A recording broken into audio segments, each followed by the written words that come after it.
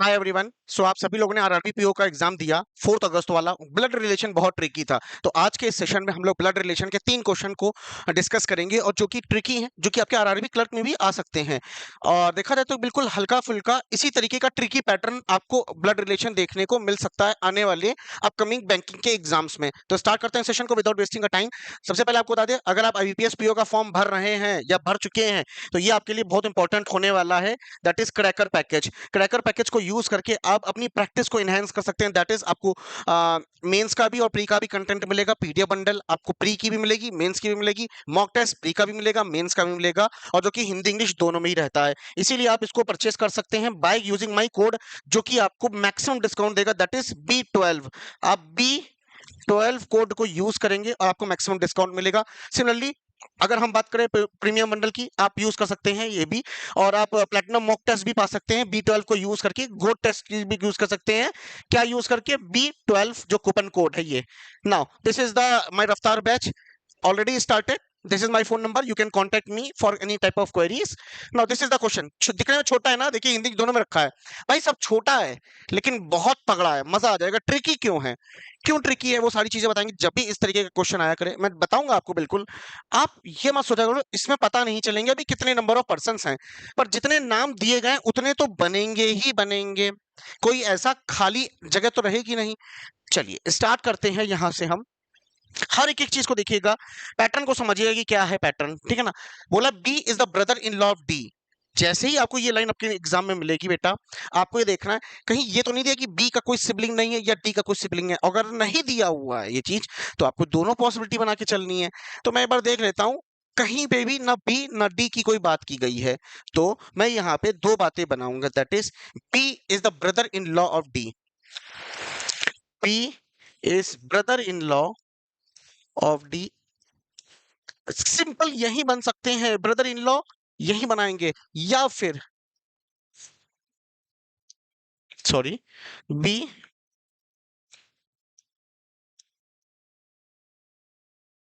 That's it. यहां D इसको बोलेगा जीजा, यहां डी इसको बोलेगा ए साले, गाली नहीं, ठीक है, brother in law. E is the son of J. क्या मैं ई या जे कहीं कनेक्ट कर पा रहा हूं? नहीं। जे जिसका कोई भी सिबलिंग नहीं है, J who does not have any sibling. A is the grandfather of E. We'll see.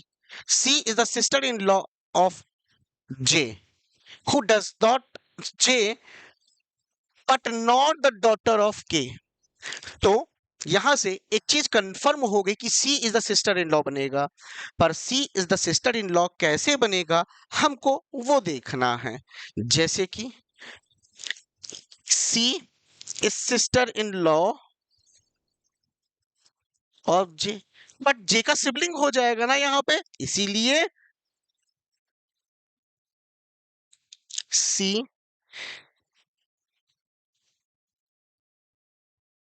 is that okay कि C is the sister in law of J but not the daughter of K। कौन? J is not a daughter, नहीं, sorry C but लगा है ना, but लगा है, that means it is talking about the C कि C is the sister in law of J but C is not the daughter of K। D is the daughter in law of K। D क्या है? Daughter in law, बहू है किसकी? K की। तो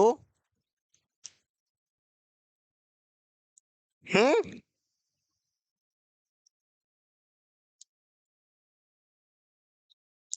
yes. छोटा question लेके देखिए, चल रहा है, दुनियादारी चल रही है। K who is married to F, we don't know gender right now. दुविधा फंसेगी अभी, और बहुत बढ़िया दुविधा आएगी जो आपको मैं अब बताने जा रहा हूं कि A is the grandfather of E. अच्छा, and E is the son of J, पहले लाइन दी हुई थी, तो E is the son of J. Problem ये आएगी मेरे बच्चे कि अगर ये बोला है A is the grandfather of E, तो क्या पैटर्नल बोला कि मैटरनल बोला है? तो आप कैसे डिसाइड कर सकते हो भाई? कैसे डिसाइड कर लोगे कि पैटर्नल लोगे कि मैटरनल लोगे?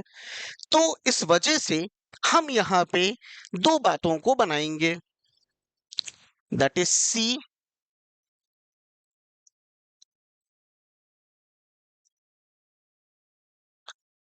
ए जे का पात पा हो गया, तो ये हो गया इस तरफ से, या फिर इनका और इनका पापा, तो भी ए जो है ग्रैंडफादर बनेगा ई का, यहां से भी देखा जाए तो भी बनेगा। पूरा इंफॉर्मेशन हमने पढ़ लिया, इसका मतलब हमारे पास यही लोग हैं जो हैं बनाने के लिए। अब आपको एक चीज देखने वाली है यहाँ पे कि ये वाला पैकेट उठा के इसमें फिक्स करेंगे कहीं ना कहीं, ये वाला पैकेट उठा के इसमें कहीं ना कहीं फिक्स करेंगे, देखिए फिक्स कर पाते हैं कि नहीं। ठीक है ना? सबसे पहले एक बात कान खोल के सुनिए, अब मुझे डायग्राम को कंप्लीट करना है इन्हीं को जोड़ के, और कोई भी जगह खाली नहीं है, दैट इज ऐसे कोई नहीं बना रहेगा कि सब लोग फिक्स हो गए यहाँ कोई नाम ही नहीं पता चल रहा है कोई है। ये उठाओ, सी लड़की, जनरेशन से देखा जाए सी लड़की, एक आपका फर्स्ट जनरेशन जाएगा, सी लड़की यहाँ ऐसा का कलर चेंज करते हैं, अब सी लड़की यही आएगी। सी सी का जो सिबलिंग है उसने जे से शादी कर ली, अगर जे यहाँ बेटा लिखोगे तो जे का बाप कौन बन रहा है? ए। यहाँ तो ऑलरेडी पता है इनमें से कोई माँ बाप होगा, एफ या के में से हम ये प्लेस नहीं कर सकते, बिल्कुल भी ये पाप है। और कहीं पे भी हम कुछ नहीं कर सकते कि कहीं कोई सिबलिंग बना के हम ऐड कर दे, प्रॉब्लम हो जाएगी ना, वो खाली जगह हो जाएगी। अब भाई फिर से ये वाला पैकेट उठाओ और यहाँ चिपकाओ, यहाँ तो बिल्कुल नहीं कर पाओगे, कहाँ लिखोगे हम तो यही सोच रहे हैं जे का, क्योंकि कोई सिबलिंग नहीं है, ये चीज याद रखना, यहाँ पे भी नहीं है यहाँ पे भी नहीं, और ना हम कहीं पॉसिबिलिटी बनाएंगे कि जे का कोई सिबलिंग बने।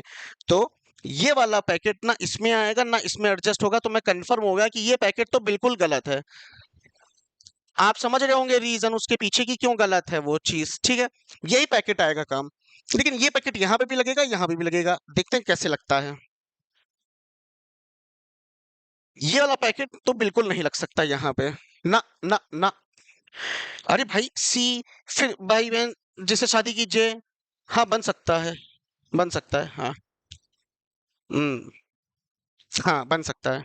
सी भाई बहन शादी कीजिए, यहाँ क्योंकि जे का बाप नहीं पता चला ना कौन है, यही होंगे फिर।